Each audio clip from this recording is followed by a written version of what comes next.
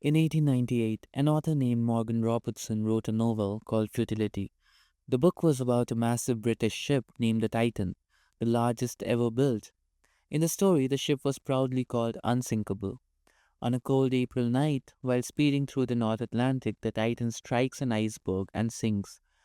Because everyone believed it was unsinkable, it did not carry enough lifeboats, and most of the passengers died in the icy water. Fast forward 14 years to 1912, the real life RMS Titanic, also a massive British ship called Unsinkable, hits an iceberg on a cold April night in the North Atlantic.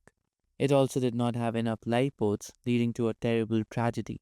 The similarities were insane, from the name and the size to the cause of the disaster. It was as if Robertson's fictional book was a blueprint for a real life event.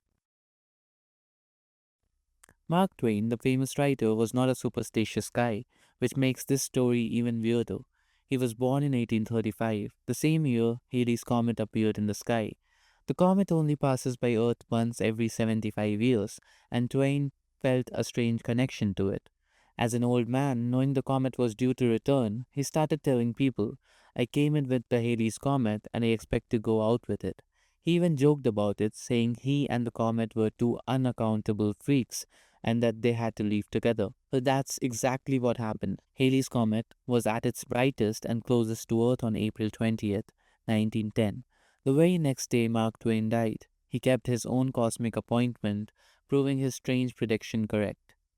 Abraham Lincoln's dream. Just days before he was killed, a deeply stressed Abraham Lincoln told his wife about a disturbing dream he had.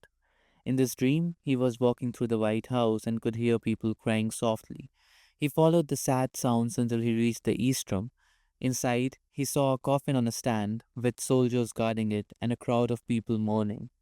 Confused, he asked one of the soldiers, who is there in the White House? The soldier in his dream replied, the President. Lincoln was very unsettled by the dream for days. Less than 2 weeks later, he was assassinated.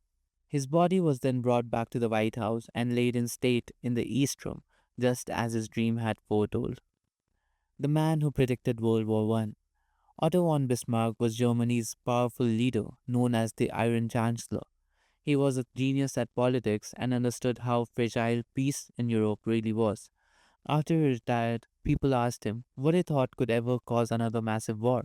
Years before his death, he gave a chillingly specific answer.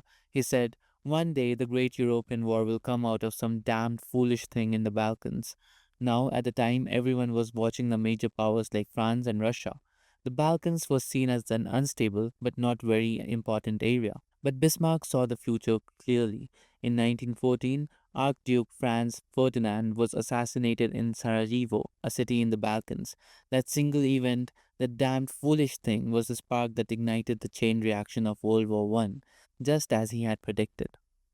If you thought these stories were crazy, hit that subscribe button for more and like the video.